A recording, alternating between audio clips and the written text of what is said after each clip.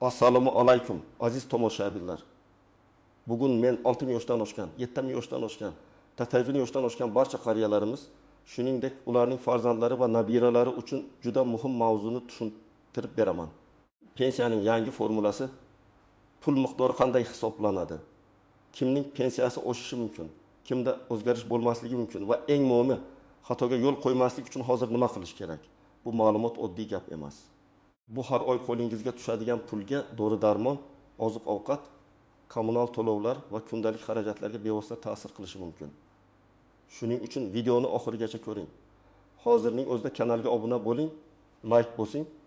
Chunki men bu kanalda pensiya, nafaqa, hujjatlar, imtiyozlar va davlat to'lovlari bo'yicha eng zarur ma'lumotlarni sodda tilda tushuntirib boraman. Men avval eng asosiy narsani tushuntiraman. Pensiya deganda ko'pchilik shunchaki davlat har oy beradigan pul deb o'ylaydi. Aslida pensiya miqdori bir nechta omillarga bog'liq. Ish staji, rasmiy ish haqi, sug'urta badallari yoki ijtimoiy soliq to'langan davrlar. Pensiyaga chiqish vaqtidagi qonunchilik, eng kam pensiya kafolatlari, ustamalar va ayrim hollarda qayta hisob-kitob qilish tartiblari.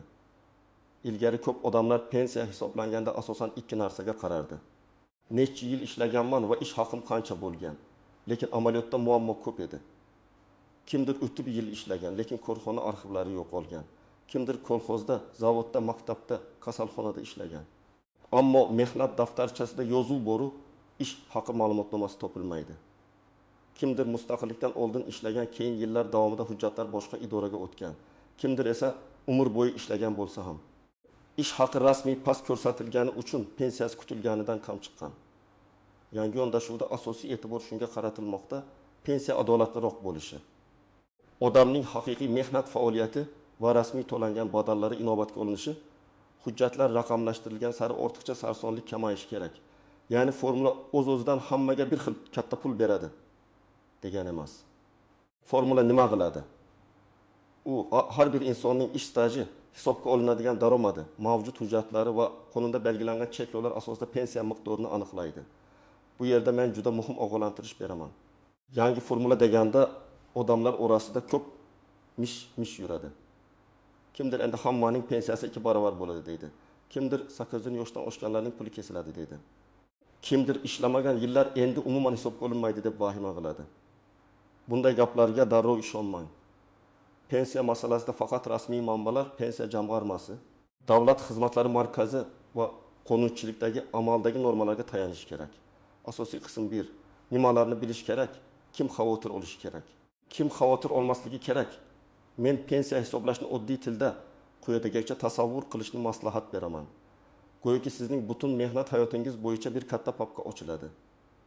Shu papkada necha yil ishlagansiz? Qayerda ishlagansiz? Oyligingiz qanday bo'lgan? Rasmiy ajratmalar to'langanmi? Mehnat daftarchangizda yozuvlar to'g'rimi? Arxiv ma'lumotlari bormi? Hammasi tekshiriladi. Shundan keyin pensiya miqdori chiqariladi. Birinchi muhim omil. Ish staji. Odatda ish staji qancha ko'p bo'lsa, pensiya hisoblashda shuncha foydali bo'ladi. Lekin bu yerda bitta nozik joy bor. Ish staji borligini isbotlash kerak. Men 25 yil ishlaganman degan gapning o'zi yetmaydi. Mehnat daftarchasi, buyruqlar, arxiv ma'lumotnomasi, ish haqi ma'lumotnomasi yoki elektron bazadagi yozuvlar kerak bo'ladi. Masalan, 6-7 yoshli Akbar aka 1980 yildan 1915 yilgacha zavodda, 1915 yildan 2005 yilgacha xususiy firmada. Keyin yana 5 yil qorovul bo'lib ishlagan. Umumiy hisobda 30 yildan oshiq mehnat faoliyati bor. Lekin zavod yopilib ketgan, xususiy firma hujjatlarini to'liq topshirmagan, qorovullik davrida esa rasmiy shartnoma bo'lmagan. Agar Akbar aka hujjatlarni yig'masa, uning real mehnati to'liq ko'rinmay qolishi mumkin. Natijada formula yaxshi bo'lsa ham, tizim faqat tasdiqlangan davrlarni ko'radi. Shuning uchun bu odam xavotir olishi kerak emas, lekin harakat qilishi kerak. Arxivga murojaat qiladi. Eski mehnat daftarchasidagi yozuvlarni tekshirtiradi. Kerak bo'lsa, sud orqali yuridik faktni tasdiqlatish masalasini o'rganadi. Ikkinchi muhim omil hisobga olinadigan ish haqi. Pensiya faqat ishlagan yilingiz bilan emas, rasmiy daromadingiz bilan ham bog'liq. Agar odam uzoq yil ishlagan, lekin oyligi rasmiy juda past ko'rsatilgan bo'lsa, pensiya ham pastroq chiqishi mumkin. Bu ayniqsa 1990 yillar. 2000 yillar boshida xususiy sektorda ishlaganlar uchun dolzarb. Ko'pchilik konvertda pul olgan, lekin rasmiy maosh eng kam miqdorda ko'rsatilgan. Pensiya hisoblashda esa og'zaki kelishuv emas, rasmiy raqamlar ko'riladi. Masalan, 62 yoshli Dilbar opa tikuv seksida 15 yil ishlagan. U aslida yaxshi daromad qilgan, lekin hujjatda eng kam ish haqi atrofida ko'rsatilgan. Endi pensiya hisoblanganda u men ko'proq olardim desa ham agar rasmiy tasdiq bo'lmasa. Tizim past maoshni asos qiladi. Bu achinarli, lekin huquqiy tomondan shunday. Shuning uchun hali pensiya chiqmagan farzandlar, nabiralar uchun ham saboq. Bugun rasmiy ishlash, rasmiy oylik. Ijtimoiy soliq to'lanish kelajakdagi pensiyaning poydevori. 3-omil, yoshga bog'liq ustamalar va alohida toifalar. 60+, 70+, 70+ odamlar uchun eng ko'p beriladigan savol shuki. Yoshim oshgani uchun pensiyam avtomatik ko'payadimi? Har bir davlatda va har bir davrda bu tartib farq qilishi mumkin. O'zbekistonda ham ayrim toifalar nogironligi bo'lgan shaxslar, urush qatnashchilari yoki ularga tenglashtirilganlar, yolg'iz keksalar, parvarishga muhtojlar, boquvchisini yo'qotganlar bo'yicha alohida qo'shimchalar va imtiyozlar bo'lishi mumkin. Ammo hamma 70 yoshga kirdi degani pensiyasi bir xil foizga oshadi degan xulosa chiqarish noto'g'ri. Masalan, 60 yoshli Murod ota oddiy yoshga doir pensiya oladi. Uning yonida yashaydigan 61 yoshli Salima opa esa nogironlik guruhi. Yolg'iz keksalar ro'yxati yoki boshqa alohida maqomga ega bo'lishi mumkin. Ikkalasining yoshi deyarli bir xil, lekin pensiya va qo'shimcha to'lovlari har xil bo'lishi ehtimoli bor. Nega? Chunki pensiya faqat yoshga qarab emas, maqom. Hujjat stay va qonuniy asosga qarab belgilanadi. 4-omil, minimal kafolat. Davlat odatda eng kam pensiya yoki eng kam iste'mol xarajatlari kabi mezonlar orqali juda past pensiya oladigan odamlarni ma'lum darajada himoya qilishga harakat qiladi. Ya'ni hisob-kitob natijasi juda past chiqsa, qonunda belgilangan minimal darajagacha yetkazish mexanizmlari bo'lishi mumkin, lekin bu ham hamma uchun bir xil emas. Ish staji yetarlimi, nafaqa turimi, pensiya turimi, ijtimoiy nafaqami bular farq qiladi. Masalan, Hayit ota umuman rasmiy ishlamagan yoki ish staji juda kam. U yoshga doir pensiya emas, balki yoshga doir ijtimoiy nafaqa olishi mumkin.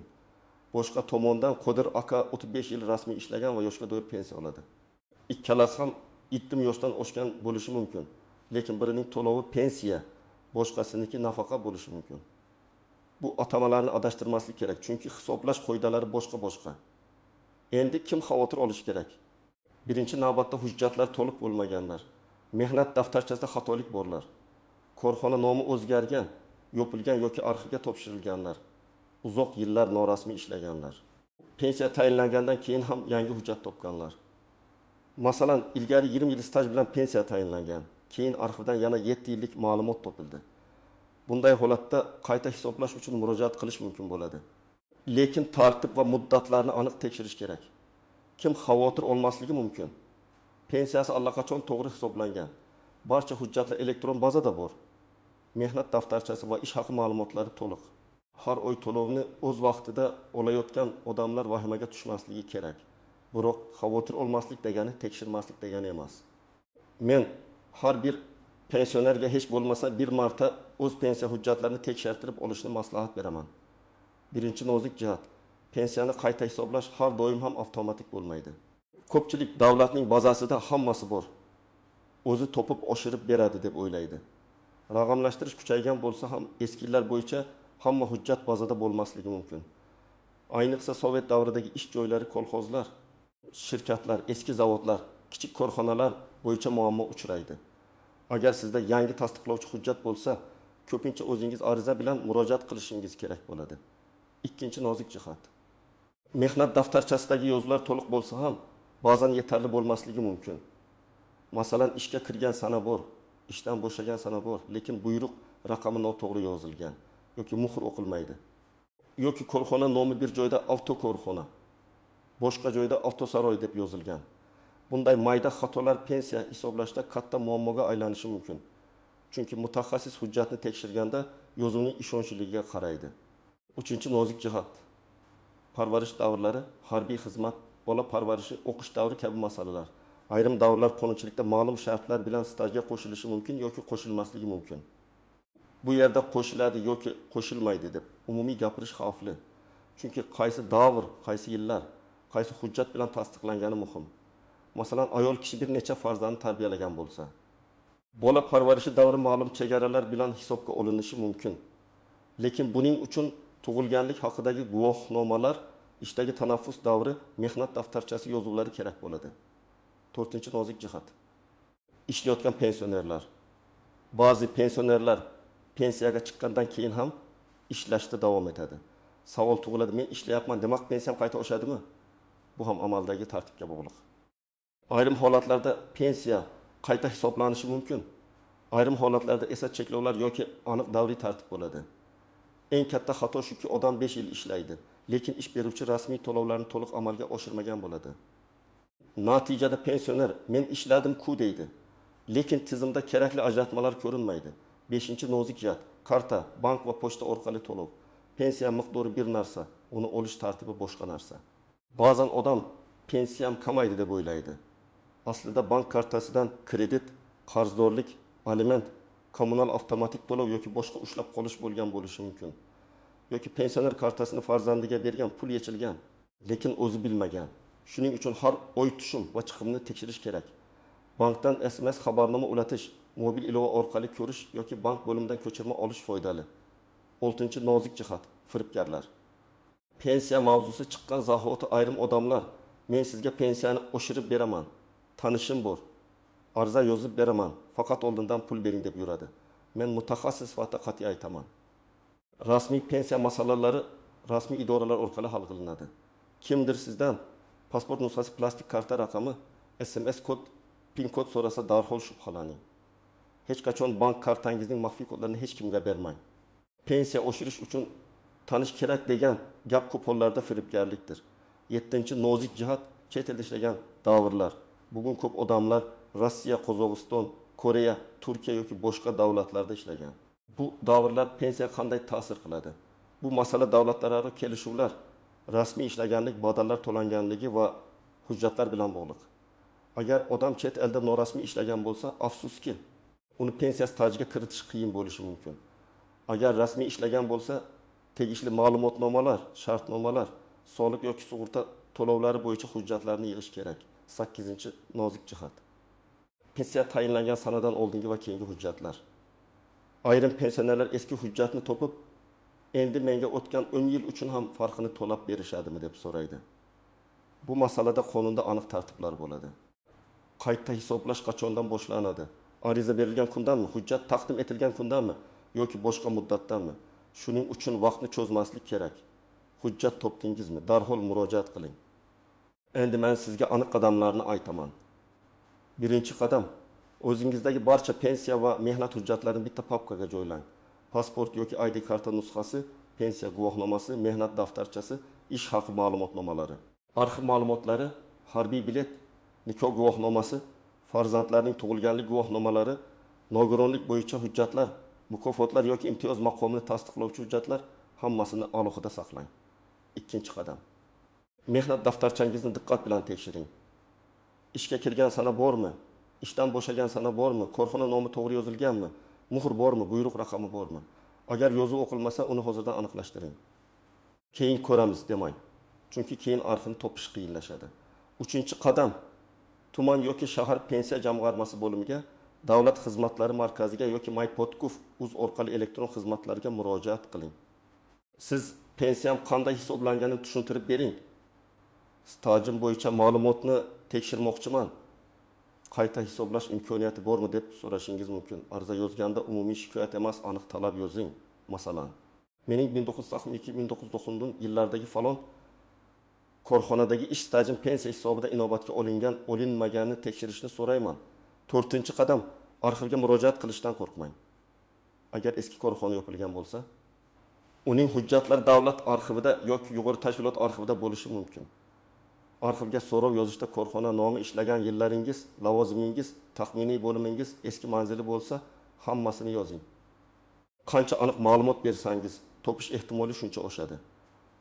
5-qadam: bank tushumlarini tekshiring. Har oy pensiya tushgan kuni qancha pul tushdi? Qancha yechildi, kim yechdi, qayerga ketdi, buni nazorat qiling. Karta o'zingizda bo'lsin. Agar yosh katta bo'lsa va farzandingiz yordam bersa ham SMS xabarnomani o'zingizning telefoningizga ulatib qo'ying. Agar noma'lum yechimlar bo'lsa, darhol bankka murojaat qiling. 6-qadam: Agar pensiyangiz noto'g'ri hisoblangan deb o'ylasangiz, og'zaki gap bilan cheklanib qolmang. Yozma ariza bering. Arizangizning nusxasini olib qoling, kirim raqamini yozib qo'ying. Javobni ham yozma shaklda talab qiling. Chunki keyinchalik yuqori tashkilotga yoki sudga murojaat qilish kerak bo'lsa, yozma hujjatlar asos bo'ladi. 7-qadam, farzandlar va nabiralar ota-onasining pensiya hujjatlarini tartibga solib bersin. Ko'p qariyalar idoralarga borishga qiynaladi. Elektron xizmatlardan foydalana olmaydi. Ariza yozishda qiynaladi. Farzand sifatida siz ularga yordam bersangiz, bu juda katta savobli ish. Lekin yordam beraman deb ularning kartasini to'liq o'zingizda ushlab, pulni nazoratsiz ishlatmang. Bu axloqiy jihatdan ham, huquqiy jihatdan ham noto'g'ri. 8-qadam. Har qanday yangilik chiqqanda rasmiy manbani tekshiring.